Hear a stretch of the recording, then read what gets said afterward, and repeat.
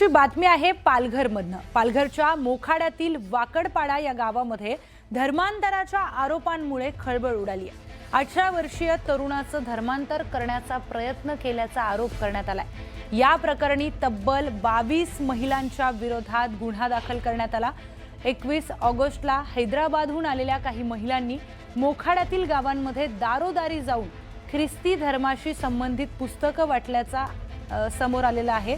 पुस्तकं वाचा, पुन्हा येतो आणि त्यानंतर धर्मांतर केलं जाईल असं सांगितल्याचा दावा देखील तक्रारीमध्ये करण्यात आलाय।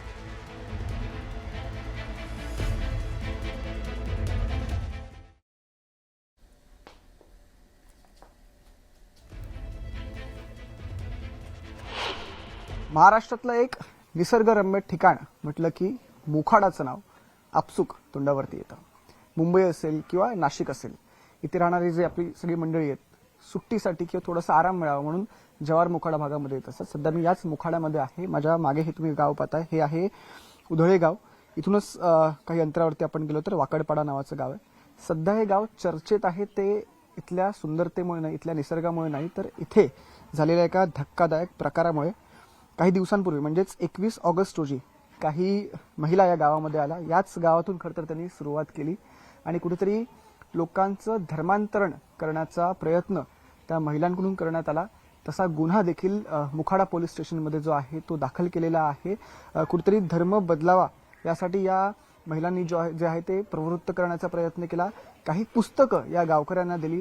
हे गावकरी सध्या संपूर्ण आपल्यासोबत आहेत। यांना आपण विचारणार आहोत की नेमका प्रकार काय घडला। तुम्हाला पुस्तक दिलं का? दिलं? काय म्हणाले? काहीच नाही, बोलले नाही। पुस्तक दिलं आणि गेले।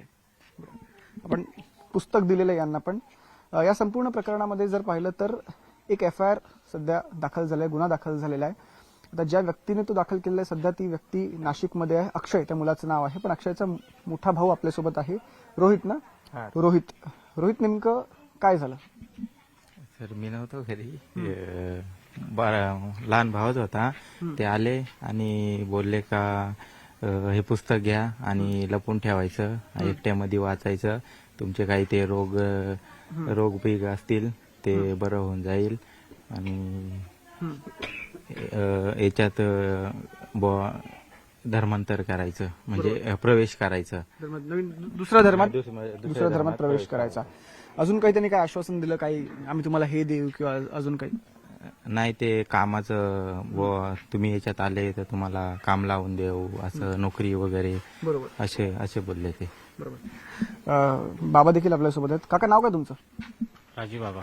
राजू बाबा, हां, काय नेमकं तुम्हाला पण दिलं पुस्तक? काय नेमकं झालं? माझ्याकडे पण दिले, माझ्याकडे पण आल्या होत्या काही महिला, मला पण त्यांनी पुस्तक दिलं आणि सांगितलं आमच्या धर्माचा स्वीकार करा, तुमचे दुःख असेल, काही अडचणी असेल तर आम्ही सोडवायचा प्रयत्न करू आणि हे पुस्तकाचा अभ्यास करा, वाचन करा, यांनी सर्व तुमचे प्रश्न सुटतील बा असं।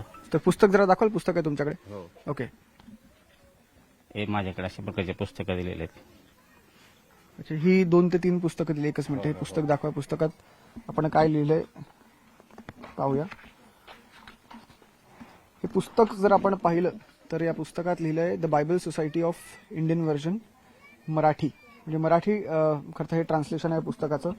आणि यातला जर आपण पुढे जर गेलो तर येशू ख्रिस्तांची वंशवाळ असं सगळं तो एकंदरीत ख्रिश्चन धर्मासंदर्भात जी आहे ती माहिती दिली आहे की अब्राहमचा पुत्र दावीद याचा पुत्र जो येशू ख्रिस्त त्यांची वंशावळ असं ते या पुस्तकात नमूद केलं होतं। हे किंवा अशातली काही पुस्तकं जी आहेत ती या लोकांना वाटली। आपण खरं तर गाव पाहतोय, अक्षरशः गाव आहे, गुरं आहेत लोकांचे व्यवसाय आहेत। खरं तर व्यवसाय म्हणजे शेतीचा व्यवसाय, कोणाचा कोण रोजंदारीवरती काम करतं। काही या गावातली मंडळी आहेत जी मुंबईत जातात, इथून ठाण्यापर्यंत जातात आणि काम करून माघारी येतात। त्यामुळे अर्थात हे गाव आपण जर पाहिलं तर खूप दुर्गम भागामध्ये हे गाव आहे आणि या गावापर्यंत जे आहे ते ही सर्व मंडळी जी आहेत ती पोहोचलेली होती आणि इथे कुठेतरी धर्मांतर करण्याचा प्रयत्न त्या सर्व मंडळींनी केला। संपूर्ण प्रकरणात गुन्हा दाखल झालेला आहे। जवळपास 22 महिलांच्या विरोधात जो आहे तो गुन्हा या संपूर्ण प्रकरणात दाखल झाला आहे। नेमकं कोण होतो, कशासाठी आले होते याचा तपास आता पोलीस घेत आहेत। प्रवीण शेट्टींसह मी संकेत वरक, न्यूज 18 मराठी, मुंबई। तर हा प्रकार समजल्यानंतर भाजपचे तालुका अध्यक्ष मिलिंद झोले यांनी या महिलांचा पाठलाग केला।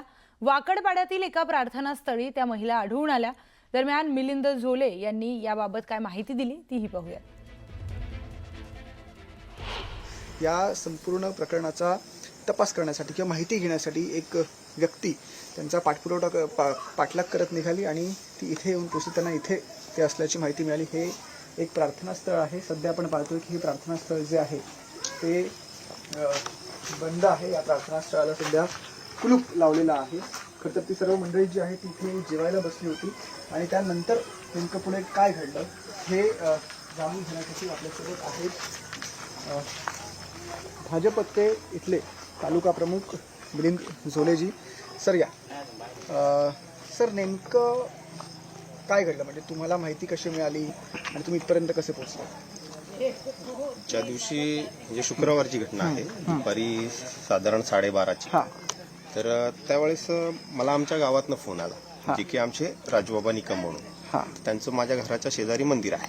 तर तिथे ते त्यांचा फोन आला की माझ्याकडे काही ख्रिश्चन धर्माच्या महिला आलेल्या आहेत आणि त्या माझ्याकडे पुस्तक देत आहेत आणि म्हणतायत का याचं वाचन करा आणि याचं वाचन करून तुम्ही त्याच्यामध्ये स्वतः लक्ष द्या आणि म्हणजे असं की त्याच्यामध्ये तुम्ही प्रयत्न करा येण्यासाठी.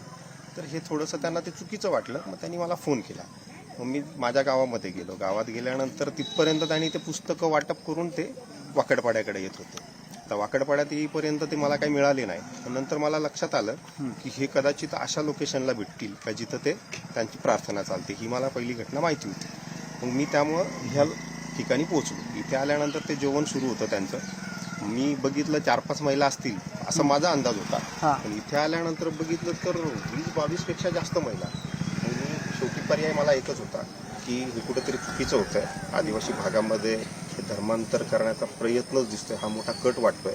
त्यांच्याशी थोडीशी एक प्राथमिक मी चर्चा केली तर ते हैदराबादचे, त्यांना मराठी येत नव्हती. मग मला थोडंसं डाऊटफुल आला.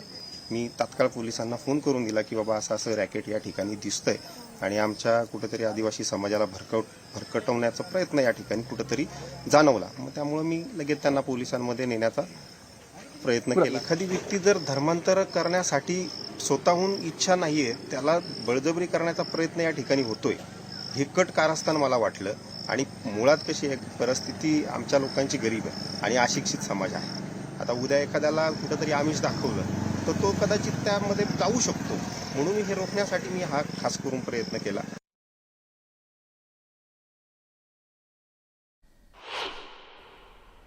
मोखाड्यातल्या वाकडपाडा गावातील एका चिमुरडीशी संवाद साधला आमचे प्रतिनिधी संकेत वरक यांनी. पाहूयात ती काय म्हणते.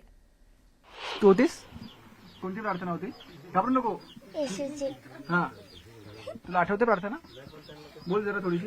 मैं तो अपने घराने समय यहोवा की सेवा नित्य करूंगा. यहोशू 24:15. बरं, ही कुणाची प्रार्थना आहे? यीशुजी. येशूची. आणि ते अजून काय सांगायचं तुम्हाला? सरले बरं, तुम्हाला काय खाऊ वगैरे द्यायचं? ते काय द्यायचं खाऊ? चिप्स वगैरे द्यायचं. अजून काय? भात हा, जेवण जेवण.